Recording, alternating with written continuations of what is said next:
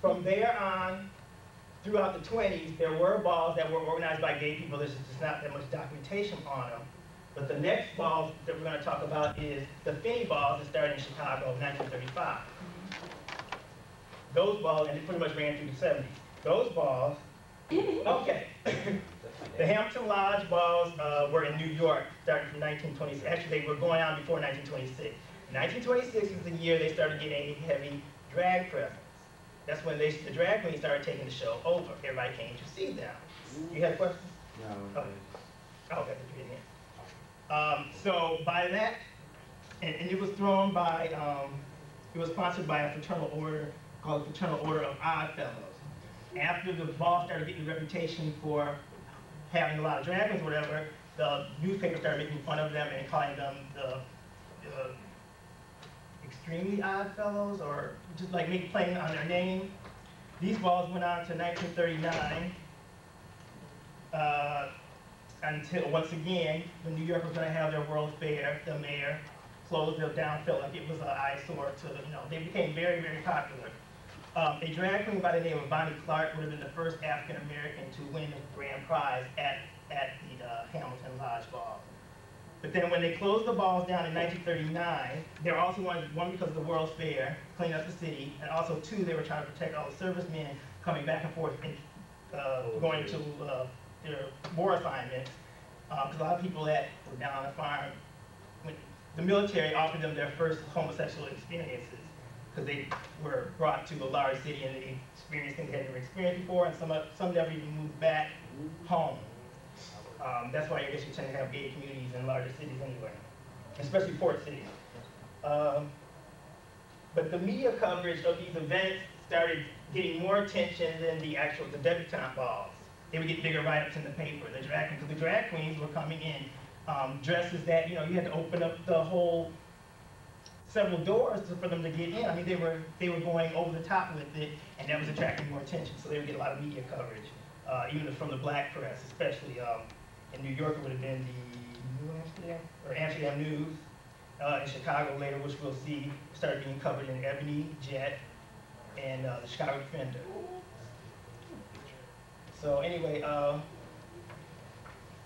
now we're talking weird. In 1935, the Finney balls were started by a doorman, entrepreneur, street hustler named Alfred Finney. And he started it kind of small, and it grew. And these functions went on through the 70s. Even after he died like in the 40s in a night flight or something like that, gambling brawl. And the balls still continue to go on under the name of Finney balls.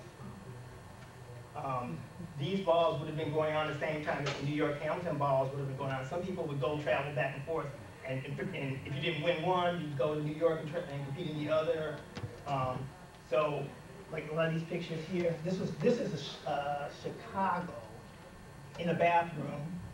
One of the differences between Chicago's balls and New York's balls around this time, one is couples could not dance together unless in New York, couples could not dance together unless one of them was in drag. So you had to be a male, female.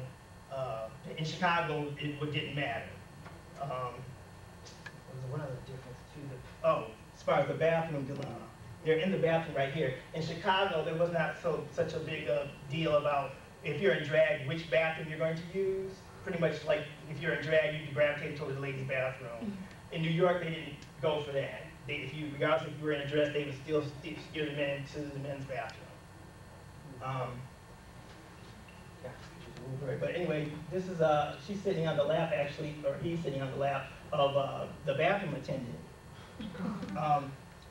The African American community kind of has this reputation of being overly homophobic, but in actuality, African Americans, especially lodges and fraternal orders, were some of the first.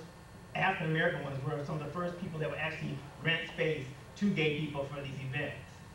And for the longest time, before the Black Power movement came along, we were we're sissies or whatever, but they are, especially if we were winning competitions and things like that. That was a sense of pride for the black community.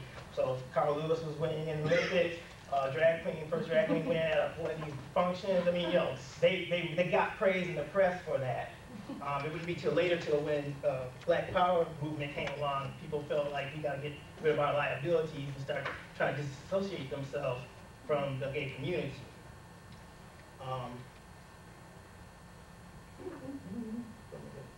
Okay. So anyway, here we have these pictures were taken. Actually, I had to dig them up from out of an actual Ebony magazine from 1952.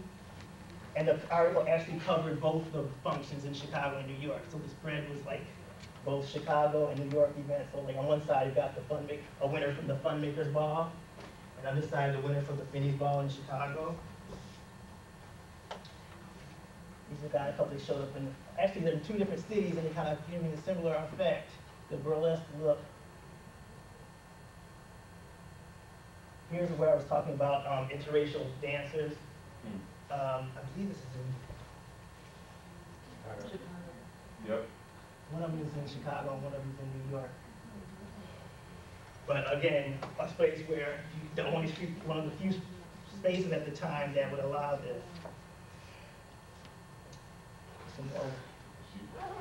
This picture is, I know, this is a couple actually that won, but she looks like so much like a woman.